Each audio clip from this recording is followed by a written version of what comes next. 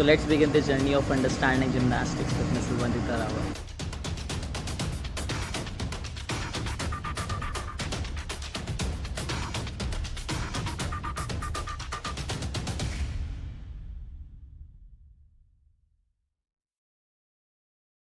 Which I wanted to ask कि what are some basic muscles which are prone to get injured. कुछ ऐसी muscles होती है in female gymnastics जो बार बार repetition की वजह से injured हो जाती है, और कुछ ऐसे steps भी आप बताइए जिसकी वजह से अपन उसको रोक सकते हैं. How we can prevent it to happen.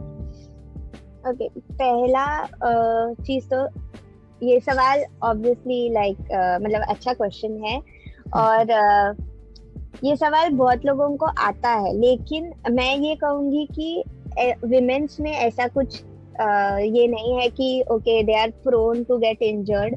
Injuries होती है क्योंकि लाइक ठीक है, मैंने मेरे लाइफ में भी बहुत एक्सपीरियंस किया है. मेरे भी 3 सर्जरीज हो चुके हैं, 2 घुटने के, 1 शोल्डर का.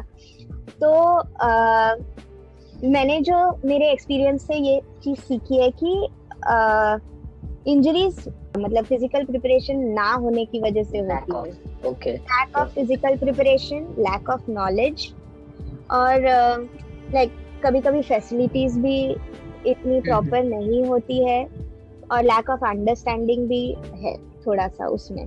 तो सबसे पहला चीज मैं ये कहना चाहूंगी कि पहले तो वो जिमनास्ट वो स्किल या जो भी कुछ परफॉर्म करने वाला है उसके लिए वो रेडी है क्या, मतलब वो जिमनास्ट के पास उतना स्ट्रेंथ है क्या.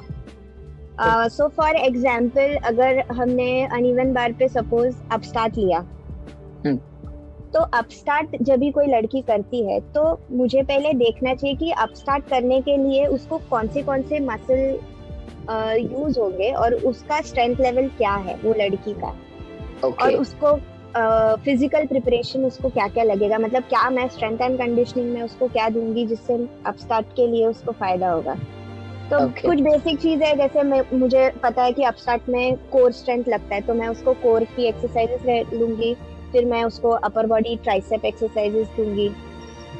तो ऐसे स्पेसिफिक स्किल स्पेसिफिक एक्सरसाइजेस मैं उसको कराऊंगी. तो ये उसका उसके साथ साथ मैं उसका स्किल का स्टेजेस लूंगी कि ये स्किल का फर्स्ट स्टेज है तो तुझे सिर्फ जाके स्विंग करना है, ठीक है.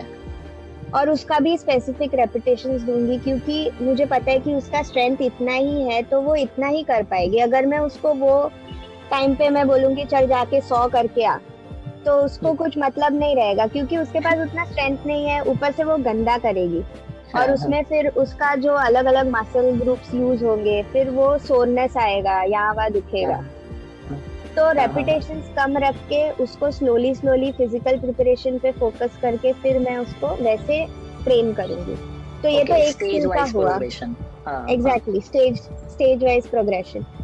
तो मेनली कहाँ पे प्रॉब्लम होता है कि लोगों को ऐसे लगता है कि चल ना छोटे स्किल्स को क्या जरूरत है, तो वो एक पार्ट थोड़ा सा इग्नोर हो जाता है, जबकि छोटे स्किल्स को ही जरूरत है ज्यादा, क्योंकि वही चीज आपको एडवांस के लिए हेल्प करने वाली है.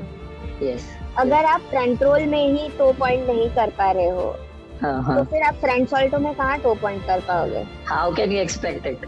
सही बात है. मतलब आप एक्सपेक्ट ही नहीं, और फिर आप स्टूडेंट जिमनास्ट पे ही गुस्सा होते हो कि अरे तेरे को टो खींचने में भी नहीं आता है, मतलब ऐसे नहीं बोल सकते आप. तो मुझे लगता है कि ये एक चीज है जिसकी वजह से फ्यूचर में जाके इंजरीज हो जाती है, क्योंकि फिर ये चीज शुरू में इग्नोर होती है, फिर आगे भी इग्नोर ही होती जाती है. क्योंकि क्या बोलते हैं, जैसे कोच और जिमनास्ट दोनों को एक ये रहता है कि मुझे आ रहा है ना, तो आने दो. फिर एक लेवल पे जाके ब्रेक हो जाता है, क्योंकि वो इतना वो चीज को यूज कर लेता है ना कि उसका बेसिकली वेयर एंड टेयर कुछ नहीं होता है, खाली यूज ही होते रहता है, और वो पूरा टूट जाता है फिर एक लेवल पे जाकर, और फिर बाद में बहुत लंबा चौड़ा ब्रेक हो जाता है. फिर या तो वो जिमनास्ट वापस आता है या तो वो नहीं आता है. मोस्टली अपने इंडिया में तो नहीं आता है, मैंने देखा है. जो वजह से बस वो सेटल हो जाते हैं साइड में.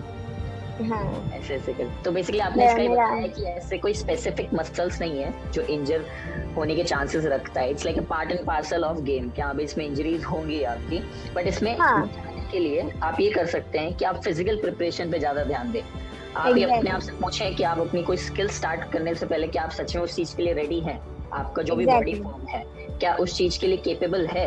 एग्जाम्पल जैसे आपने बताया कि अप स्टार्ट, तो जस्ट एक कोच को बेसिक अंडरस्टैंडिंग होनी चाहिए कि हाँ भाई एक अप स्टार्ट में बड़े बड़े मसल ग्रुप्स ये 4 यूज होने वाले हैं, तो दिस इज द वे। ये इनकी मैंने 4 डिफरेंट एक्सरसाइजेस निकाली, उसका मैंने एक सेट रिपीटेशन करा अकॉर्डिंग टू प्लेयर्स फिटनेस, वो मैंने उसको बता दिया एज अ प्रिस्क्रिप्शन के तौर पे, और फिर वो बस करते जा रहा है। तो इट्स लाइक कि उसका स्किल्स तो हो रहा है बट फिजिकली वो प्रिपेयर हो रहा है सो दैट ही और she won't get injured in the long run. Exactly और फिर वो फिजिकल प्रिपरेशन जो रहेगा वो सिर्फ वो स्किल स्पेसिफिक तो रहेगा ही, बट वो आपके मसल को तो स्ट्रेंथन कर ही रहा है, तो आपके ओवरऑल वो दूसरे मसल्स भी डेवलप ही हो रहे हैं, तो वो आपको दूसरी जगह पे भी काम ही करने वाला है। कहीं पे भी आपको ऐसा नहीं होगा कि अरे क्यों हो गया है, ऐसे नहीं होगा, सही बात यूज ही है, होने वाला है उसका। हाँ और मुझे इससे एक और बेनिफिट जो भी मुझे ध्यान में आया कि जब अपन ऐसे स्किल्स ओरिएंटेड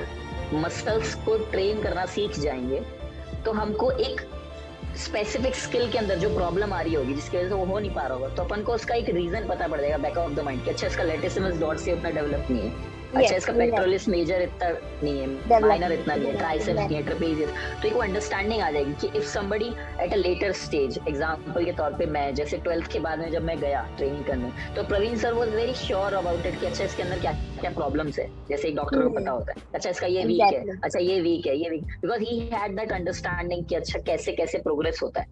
अगर वो ऐसे ही बोलने वाले होते कि अरे चल घूम जा, तो फिर वो घूमते ही रहता मैं। एग्जैक्टली